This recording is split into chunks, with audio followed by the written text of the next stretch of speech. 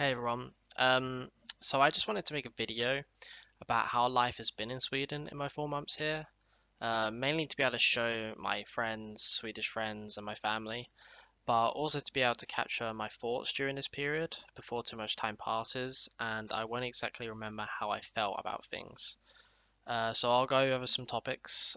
Firstly, the cultural differences between Sweden and the UK, which is something that I get asked about a lot.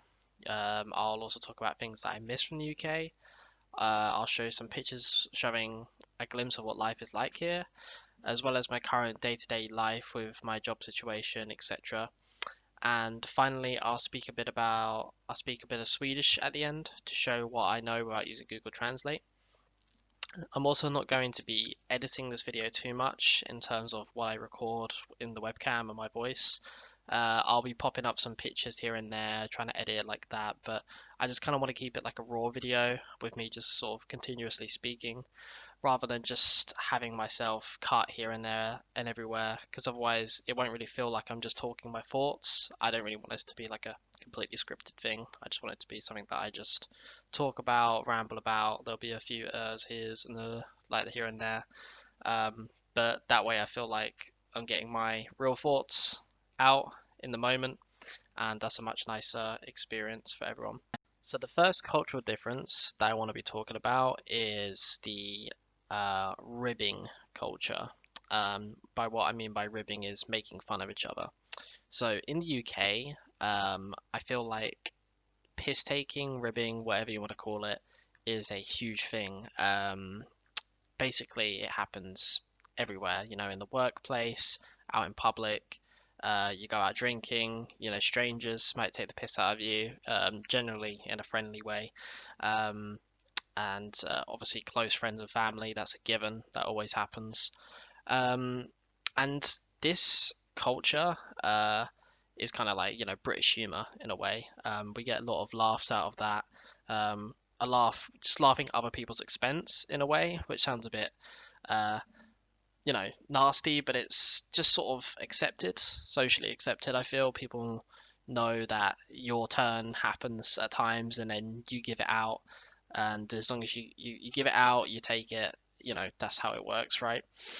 But in Sweden, this doesn't really happen unless you really know the people. Like you have to really know them, and it has to sort of be like a not a pre-agreed thing, but you just kind of have to know that this person is happy with it. You would never rib a stranger. You would never take the piss out of someone like that. At work, I believe it's generally not a thing that happens either. Um, Even to family members, not really, unless they're your close family members, mum, dad, blah blah blah, sister, brother. Um, and that's been quite a culture shock for me. Probably one of the biggest. Even though I kind of knew this moving to Sweden, I kind of didn't realize that it was something that was quite taboo in a way. It's like as far as I understand it, it's a bit of like a shame thing for them. You don't shame others in Sweden or as such, kind of like Japan. You don't really shame people. As it's not as extreme as Japan, obviously, but that's just one of the things here that doesn't happen. So yeah, a bit strange, but something that I'm just having to get used to at the moment. Another cultural thing in Sweden, which I absolutely love, is they have a thing here called fikas. Now, fika, I think I could be totally wrong. I didn't research this, but I think it's basically loosely translated into like taking a break or a break type thing. And what happens with a fika is that basically you have a coffee or a tea, whatever drink, hot drink, basically, but most of the time it's considered to be coffee. And you have these fika treats. They can just be like, oh God, they could be like cookies, bakery treats, you know, uh, just sort of like pastries type things, just anything like that. And the idea is that you sit down, you take a break, you talk, have a coffee, have some treats, and it happens a lot during the workplace as well, as I understand. It's just a very common thing. You go around relatives, you go around friends, and or you're out in public and you just go, "Do you want to have a fika?" Right? It's like similar to grabbing a coffee at Costa, but it doesn't have the same feel to it. It's hard to describe. It's like you go and you're like, oh, do you want to go grab a coffee type thing? It's like it doesn't feel like you're relaxing. When you have a fika, you generally are relaxing. It's like a very it feels like you're taking a break. However, in where, if I was working and have a coffee out and about somewhere, or if I was with a family member and we went and grabbed a coffee from Starbucks, Costa, wherever, Pret, type thing, it would generally just be like a on the move type thing, or you would sit down, have it, and then go. Um, there was no, it wasn't, you wouldn't sit down for 30, 40 minutes and have like a break.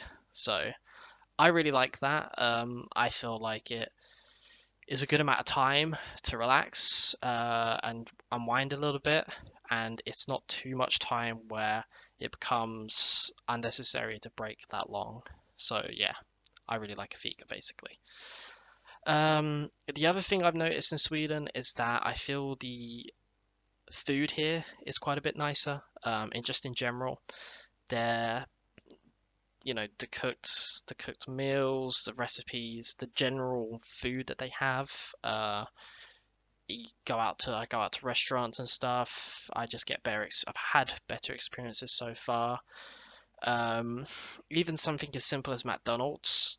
The amount of times I've been to McDonald's in England and the food comes out warm at best. I've never had that here in Sweden yet, and I've had quite a few. The fast food restaurants and chains here are all like completely spotless everywhere. And I've been to not just in my area, but I've been to ones in different areas, like in cities and stuff like that.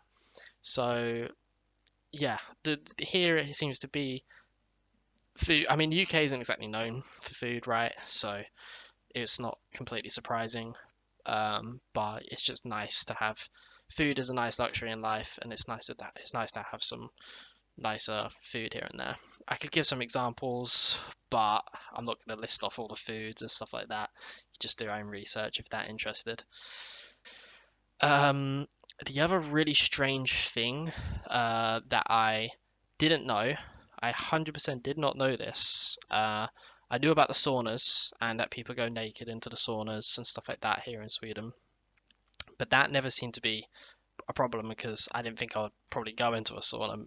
But we went to a like a swimming place. You know, I can't think of one in the top of my head in England, but it basically has slides and rapids and stuff like that, right? It's just one of those places where there's lots of fun stuff on top of the swimming pool. And I went in to change with my girlfriend's brothers. Obviously, it's split gender still, obviously, and all that. But I went in with them, and I was looking for the changing rooms, and I couldn't see them. It was just lockers, lockers, lockers, lockers. Then I looked up and I saw lots of naked people, specifically naked men.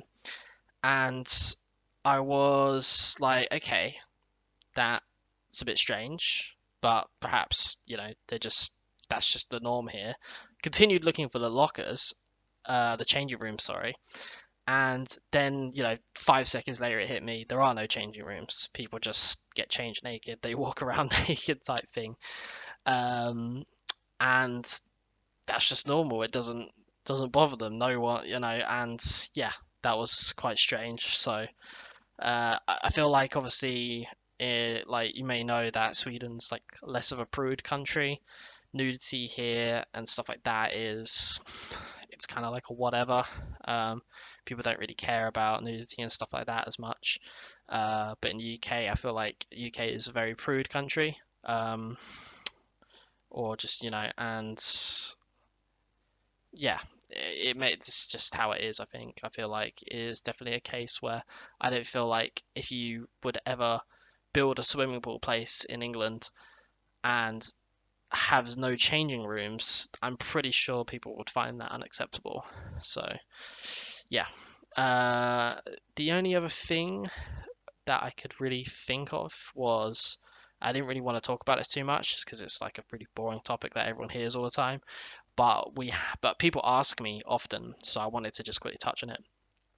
is that obviously Sweden has no lockdown. You've probably heard about it. My Swedish friends obviously know.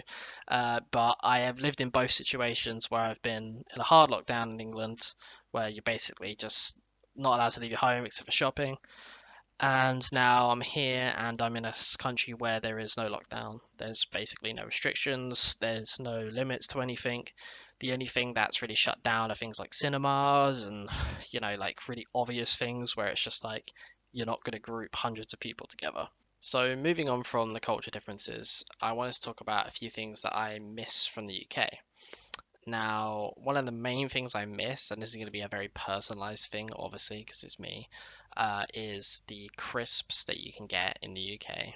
Now, it might sound strange, but I like crisps, and here you really only kind of get like a few different types. The main ones that I can list off my head are they're called like grill crisps. There's basically also like I think called cheese balls as well, and then you just get like normal plain like Lay's and stuff like that, which is Walkers, but they're not Walkers. Um, and then there's yeah, that's basically it, right? There's just very limited choice I feel here, and because Sweden are more into their sweets, they have a much larger sweet tooth, so crisps just aren't that big of a deal. But for me, and coming from the UK, I feel like crisps and savory stuff are a huge deal. And there's things like Space Raiders, Monster Munch, Pom Bears, Brannigan's crisps. Just trying to think of on top of my head. You got like all these different types, and I'll probably put a few more up on the screen. And they just really are like Quavers, what's it, for example. Like I'm thinking of them all now, like coming back to me, and like I miss like all of them, and uh, it's just something that I can't get anymore. So it just makes me miss it, right? It's like a nostalgia thing. I just want to pop to a shop and get that treat because that's what I'm used to, that's what I enjoy, blah blah blah. Can't get it anymore, and it just one of the things that I miss. Uh, pretty basic thing, but it's one of the things I miss. Also on the topic of food, I miss as a meal from the UK, probably one of the only meals I miss, besides maybe a roast dinner, but a cooked breakfast. Here you really only get like a conventional breakfast. So like when you go to holiday to European countries, in the hotel bar, there's usually it's just like bread, cheese, cold meats, cereal, those kind of breakfasts, and that is what they have here. And I like those kind of breakfasts, don't get me wrong, so it's completely fine for me, but at the same time, I like to treat myself to a cooked breakfast in the UK. I like just to have a full English, like I like to go to Weatherspoons, go to a calf, go to the Mocha, which is a certain calf where where I used to live. Um, and it just made me I really just appreciated I love to cook breakfast basically, but now I can't really have it because I've tried doing a home cooked one here and I can't really always get all the ingredients exactly, not the same things, especially sausages. I can't really get like chipolatas and stuff, which is what I like to have a cooked breakfast, but it's not the same. It's more about the convenience of it. It's not being able to cook it at home. It's more about just being able to go to a calf, pay a tenner or less, get a cooked breakfast, and it's just a night. It's just one of the things I miss. Um, Another thing I miss as well is that I might not be hitting the mark with this one because this is more for the Swedish people that are watching, but I miss having like corner shops. And what I mean by that is that I feel in Sweden they generally just shop at supermarkets. Places like Ica. Ica's like a very big supermarket here. It's the one that we shop at. And there aren't really corner shops where, let's say you go to a supermarket and you're planning on cooking dinner that night. And then you forget the onions, right? And you need the onions to cook that specific dinner. And you might just go, okay, let me pop down to the corner shop or the local shop, rather like maybe it's a 5 minute walk, 10 minute walk, rather than hopping in the car and doing a 5, 10 minute drive. And it's just an easier, convenient, it's just a nice, convenient thing to be able to go do. But there's not really, I haven't really seen any corner shops here. I don't know of any, and I've driven through quite a few villages and small towns and stuff like that. I also haven't seen any. The only time that I see like a small shop is when it's an e-car, but like a small version of it. Um, and it's generally always placed in like very, good locations, as it should be, right? Where it's like a central location, or it's just outside of town where most people are gonna be able to go get get to easily. Um, but yeah, I don't know. I would like to hear whether I'm wrong or right, especially from my Swedish friends, because I would like to them to be able to say, "Oh no, I've got I know of a corner shop. I have one here. It has vegetables and fruits and stuff like that. Not just snacks, but like it has other things like veggies, fruits. Help. Like in the UK, a lot of corner shops I think have this kind of stuff. All the things most of the time, all the things you need. Um, and one more thing that I miss from the UK is, and this is going to be an odd one as well because I just didn't want to make it obvious things, is zebra crossings. Um, Now, my girlfriend does not agree with me on this at all because she's lived in the UK for 2 years and obviously lived in Sweden for most of her life. But I believe that zebra crossings, which is like a pedestrian crossing in England, uh, are much more noticeable. So like I'll put a picture up of each of the ones, one from, the UK, one from the Sweden, and you can take a look and see whether you think they're different. Obviously the pictures might not do them justice because I feel like in the night time specifically, zebra crossings light up a lot more. And in Sweden, it's basically just like a signpost. Now the laws are exactly the same. If a pedestrian walks up to a zebra crossing and where you're approaching, sorry, a pedestrian crossing and you're approaching it, you have to stop. You have to let that person cross. Now, I find that a bit frustrating in Sweden because now I know the ones in my area now, so it's much easier. But if I was to drive somewhere else, I find that just like a normal blue signpost is not enough for me to notice that this is somewhere where I must stop if someone's going to cross. And a lot of people, as we know, this happens in England and Sweden as well, I've noticed, a lot of people don't even wait for the cars to start slowing down. They just assume they've been spotted. And in the night time, that can be really dangerous. So it's just a small criticism. I'm sure in Sweden it's probably due to the fact that I just haven't lived here long enough, so I'm not used to watching out for them. I'm used to having the luxury of like a big fucking yellow pole with that flashes in the night, so I can see that you must stop here if someone's crossing. Don't be a prick. Um, but I guess I'm just not used to having to make that transition yet. And obviously, I miss my family and friends. I just add that in there just so everyone knows that it's not just materialistic things. So I also want to show some things that I've been up to, just very quickly, just make it like a short section. But basically, I just want to show you guys pictures of what experiences and adventures I've been on so far. So I have been fishing for the first time in my life. I've actually been fishing twice now, and there's lots of little cozy campfires that we do. And there's a picture of me having caught my first fish, looking a bit scruffled up, but quite, happy with myself. There's me and the girl looking happy, I guess. Um, and yeah, fishing was a fun experience. They do it quite often here, and I was surprised by actually how much I enjoyed it. We've had some snow just recently, so these pictures won't be in like chronological order, but they're just as it is. This was me and the girl in Stockholm. We visited Stockholm, and it was a really fun experience. We stayed in a hotel, so we had 2 full days in Stockholm. I only live about 2 hours away from Stockholm, but the train journey cost quite a lot, so we wanted to stay there for an extra day because I'd never been there before.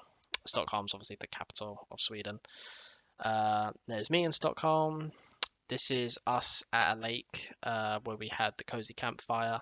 You can also go fishing here on a boat. Um, one of my girlfriend's brother has a boat that he rents that, and we can go out fishing on it one day in the future.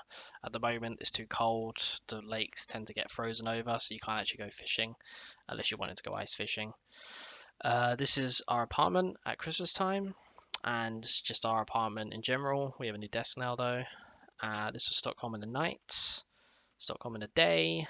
Some nice more nature scenery, some more snow, and yeah, I really like how the way Sweden looks. I think the nature is amazing. I think that it's a lot less crowded, I would say. Really, the best way I could put it. It just feels like when you walk out, there's not buildings everywhere.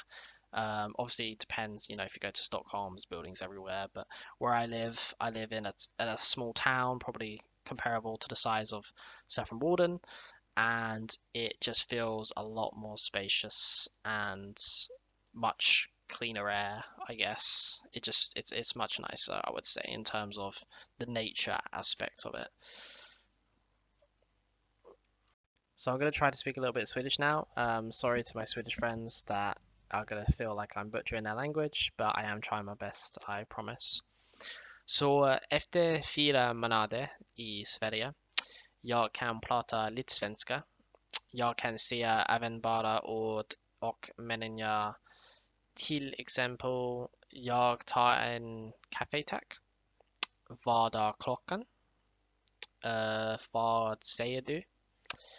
Men jag har lång väg att gå på en conversational level. Yeah, so I'm not quite at a conversational level yet. I just know some basic words, phrases. I have some more that I could throw up, but I just wanted to give you guys a kind of taste of how my progress has been going, and just want to review back on this, on the things that I'm saying. Just a few words, few sentences, like knowing the word for and the 5 W's and stuff like that. That really helps understanding context of situations. Jag förstår mycket svenska. Jag kan prata lite svenska. It's much easier to understand Swedish at the moment for me than it is to speak it. But there's lots of words that I still can't catch in a conversation, and I'm hoping to be at a much higher level in 6 months' time, if not even just 2 to 3 months' time. So thanks for watching and listening to my rough Swedish, and also the rest of the video. I hope at least some of it was interesting. I might make something similar in around 6 months' time, just to update my progress in Swedish and anything else that I may notice in the future in regards to Swedish culture and things that I miss and blah blah blah. So anyway, yeah, once again, thanks for watching and peace.